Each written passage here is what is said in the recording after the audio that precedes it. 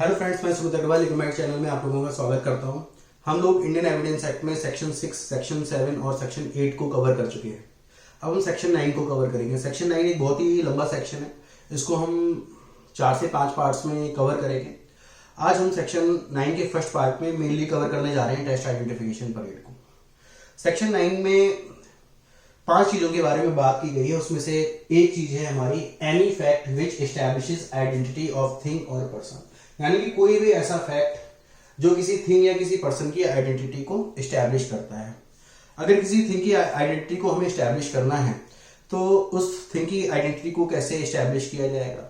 उसके नाम से, या उस चीज के ऊपर, उस ऑर्नामेंट के ऊपर, उस वॉच के ऊपर या उस रिंग के ऊपर जिस चीज को हमें आइडेंटिफाई करना है उसके ऊपर कोई पेक्युलरिटी होगी, कोई निशान होगा पर्टिकुलर, जिससे हम उसको आइडेंटिफाई कर सकते हैं, या परचेज स्लिप के माध्यम से उस चीज को आइडेंटिफाई किया जा सकता है।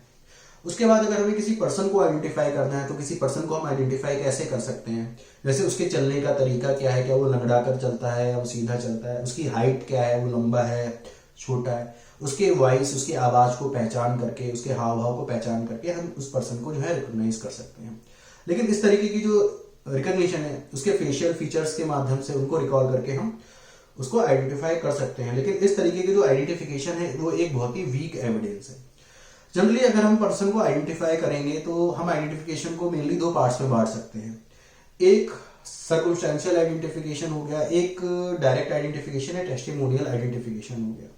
अगर किसी पर्सन को हम पहले से जानते हैं और उसके आधार पर हम उस पर्सन को आइडेंटिफाई कर रहे हैं तो उसको हम टेस्टिमोनियल आइडेंटिफिकेशन बोलेंगे।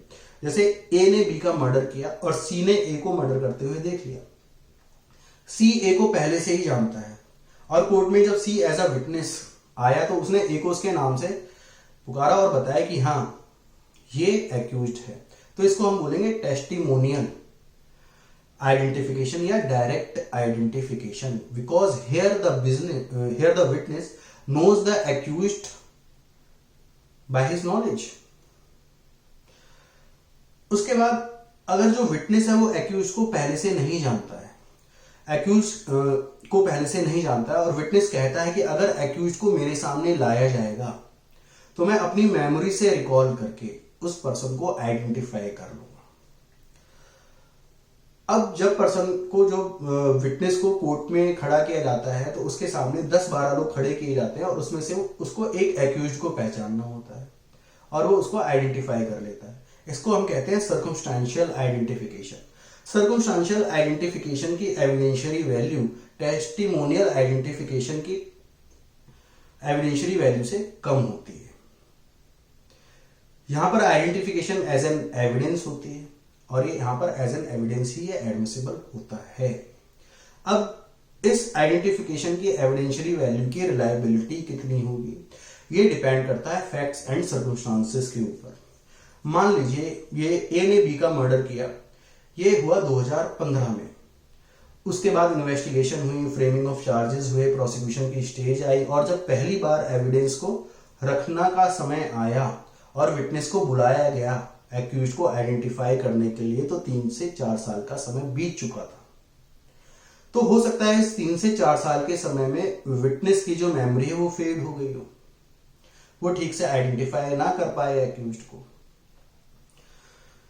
तो इस चीज से बचने के लिए क्या किया जाएगा? अब यहां पर ड्यूरेशन के ऊपर डिपेंड करता है। विटनेस ने एक्यूज को कितनी देर तक देखा?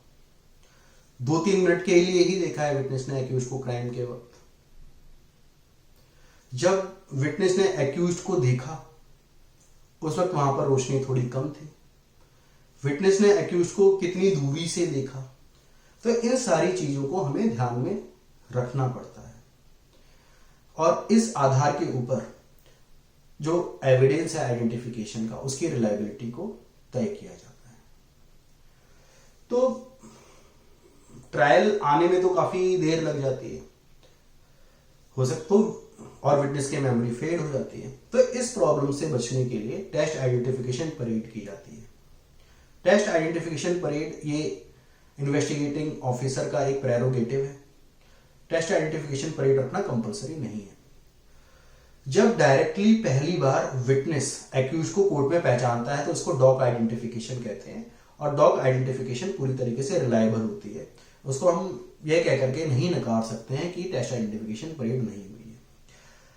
लेकिन जैसा कि मैंने आपको बताया कि ट्रायल स्टार्ट होते होते टाइम लग जाता है और विटनेस की मेमोरी इतनी फ्रेश नहीं रह जाती है, तो उस प्रॉब्लम से बचने के लिए टेस्ट आइडेंटिफिकेशन परेड की जाती है। जैसे ही एक्यूज्ड को अरेस्ट होता है तो दो तीन दिन के अंदर टेस्ट आइडेंटिफिकेशन परेड हो जाती है, क्योंकि उस वक्त विटनेस की मेमोरी फ्रेश होती है और वो आसानी से एक्यूज को आइडेंटिफाई कर लेता है। लेकिन जो टेस्ट आइडेंटिफिकेशन परेड है इसकी एविडेंशियरी वैल्यू नहीं होती है कोई, इसकी it is not a substantive piece of evidence. इसको हम as a corroborative piece of evidence इस्तेमाल कर सकते हैं, ताकि जब 2 या 3 साल के बाद जब ट्रायल हो, विटनेस एक्यूज को पहचान ले, तो उसके जो टेस्ट आइडेंटिफिकेशन परेड के दौरान जो स्टेटमेंट थी उसको उस स्टेटमेंट के साथ कोरोबोरेट किया जा सके। तो एक कोरोबोरेटिव पीस ऑफ एविडेंस है। तो आई थिंक यहां तक क्लियर हो गया होगा। इसके बाद हमारा एक केस आता है Munshi Singh Gautam versus state of MP 2005 supreme court का। इसमें टेस्ट आइडेंटिफिकेशन परेड को लेकर के कुछ गाइडलाइंस दे रखी है। इसमें जो पहली गाइडलाइन है वो बताता है कि if the test identification parade is conducted, अगर टेस्ट आइडेंटिफिकेशन परेड को हमें कंडक्ट कराना है, then the accuse should not be shown in the public. Accuse को पब्लिक में नहीं दिखाना है कि आप मीडिया वगैरह पर दिखा दो कि ये एक्यूज है, ऐसा नहीं होना चाहिए। इससे विटनेस को हिंट मिल जाएगा। Witness should recall the accused from the memory, from the direct memory of his last crime scene। जो क्राइम सीन के वक्त उसने उस पर्सन को देखा था, एक्यूज को देखा था, उसी मेमोरी के आधार पर एक्यूज को रिकॉल करना है। अगर हम उसको हिंट दे देंगे, उसको हिंट मिल जाएगा, तो जो टेस्ट आइडेंटिफिकेशन परेड है वो अपनी ऑथेंटिसिटी खो देगा। तो पहला तो पॉइंट ये है। दूसरा पॉइंट यहां पर गाइडलाइन में ये है कि test identification parade should be conducted as soon as possible after the arrest of the accused. Accused के अरेस्ट होने के बाद जल्द से जल्द टीआईपी कंडक्ट होनी चाहिए। क्यों? क्योंकि विटनेस की मेमोरी फ्रेश रहती है। उसके बाद तीसरा पॉइंट हमारा यहां पर आता है कि test identification parade should be conducted in the absence of police. Police के अब्सेंस में होनी चाहिए टीआईपी। पुलिस की अब्सेंस में टीआईपी क्यों होनी चाहिए? याद कीजिए सेक्शन 162 ऑफ सीआरपीसी। अगर पुलिस प्रेजेंस होगी वहां पर तो टीआईपी हिट हो जाएगी सेक्शन 162 की लिमिटेशन से, और जो कोरोबोरेटिव एविडेंस की जो वैल्यू है वो नील हो जाएगी। फिर हम उस स्टेटमेंट को सिर्फ कंट्राडिक्शन के लिए या डाइंग डिक्लेरेशन के लिए या डिस्कवरी स्टेटमेंट के लिए ही इस्तेमाल कर सकते हैं। यही तो एक्सेप्शन है 162 की। तो पुलिस नहीं होनी चाहिए वहां पर। टीआईपी जब भी कंडक्ट होती है तो ये जुडिशियल मजिस्ट्रेट, एग्जीक्यूटिव मजिस्ट्रेट या प्राइवेट पर्सन के सामने होती है, पुलिस के सामने नहीं होती है। पुलिस नहीं होती है वहां पर। उसके बाद जो नेक्स्ट गाइडलाइन है वो ये है, at the time of the conduction of the test identification parade the accuse should be mixed with the some people of the same stature. उसी फिजिक के कुछ लोगों के साथ एक्यूज को मिक्स करना चाहिए। ये रेशियो 9:1 या 10:1 का हो सकता है।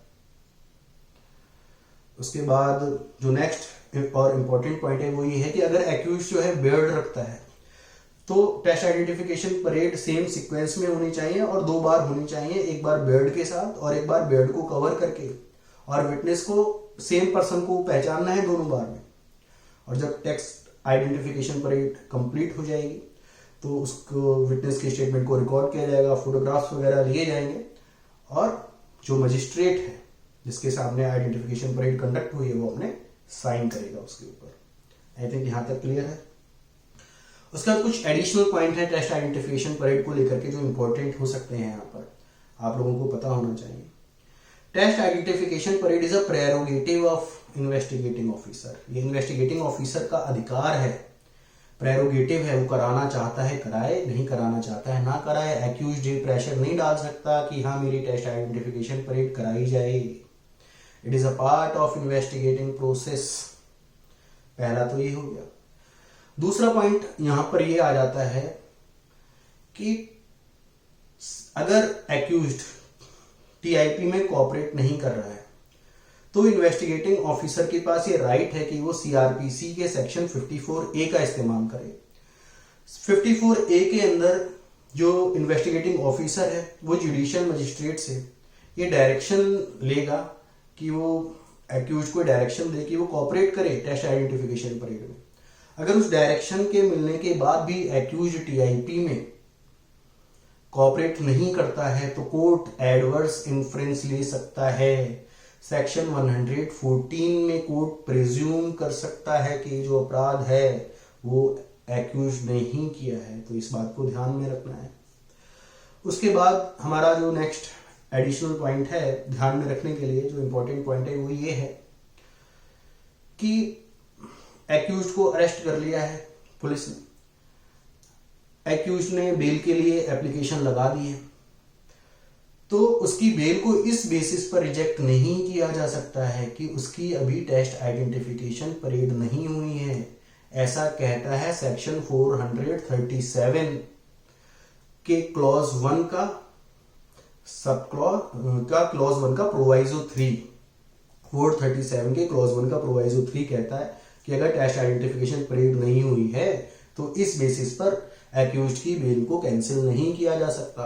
कोर्ट ये डायरेक्शन देगा कि एक्यूज जो है 2 या 3 दिन तक अपना घर छोड़ करके ना जाए, शहर छोड़ करके ना जाए, और पुलिस को ये आदेश देगा कि वो जल्द से जल्द टीआईपी को कंडक्ट करे। आई थिंक यहां तक सारी बातें क्लियर हो गई हैं हमारे टीआईपी को लेकर के। उसके बाद एक दो और इंपॉर्टेंट बातें रह जाती हैं, वो ये है कि मान लीजिए विटनेस ने एक्यूज को टीआईपी के दौरान पहचान लिया, उसके बाद 1.5 या 2 साल के बाद जब भी ट्रायल हुआ, प्रोसिक्यूशन की स्टेज आई, और उसके बाद जब प्रोसिक्यूशन ने विटनेस को बुलाया एक्यूज को पहचानने के लिए और एक्यूज फिर मुकर गया, रिट्रैक्ट हो गया अपने स्टेटमेंट से, तो क्या होगा? तो टीआईपी के दौरान जो उसने स्टेटमेंट दी थी उस स्टेटमेंट का इस्तेमाल इस रिट्रैक्शन को कंट्राडिक्ट करने के लिए किया जा सकता है सेक्शन 145 में, क्योंकि कोर्ट ये सोचेगा कि हो सकता है कि ब्राइब मिल गया हो इसको या किसी फेयर की वजह से ये उसको ना पहचान रहा हो, तो उसकी जो अर्लियर स्टेटमेंट है और जो उसकी आज की करंट स्टेटमेंट है उसमें कंट्राडिक्शन किया जा सकता है सेक्शन 145 के माध्यम से। आई थिंक टीआईपी के जितने भी सारे इंपॉर्टेंट पॉइंट थे, जो हमारा पॉइंट था any fact which establishes identity of thing और पर्सन का, सेक्शन 9 में वो कंप्लीट हो गया है। उसके बाद हम नेक्स्ट पॉइंट को कंप्लीट करेंगे, तो ये कम से कम अभी 3 से 4 सेशन और लगेंगे, फिर हमारा सेक्शन 9 पूरा कंप्लीट हो जाएगा। आई थिंक आप लोगों को आज का सेशन अच्छा लगा होगा। प्लीज़ इस चैनल को ज़्यादा से ज़्यादा शेयर कीजिए, सब्सक्राइब कीजिए और वीडियो को बताइए कैसा लगा। Thank you.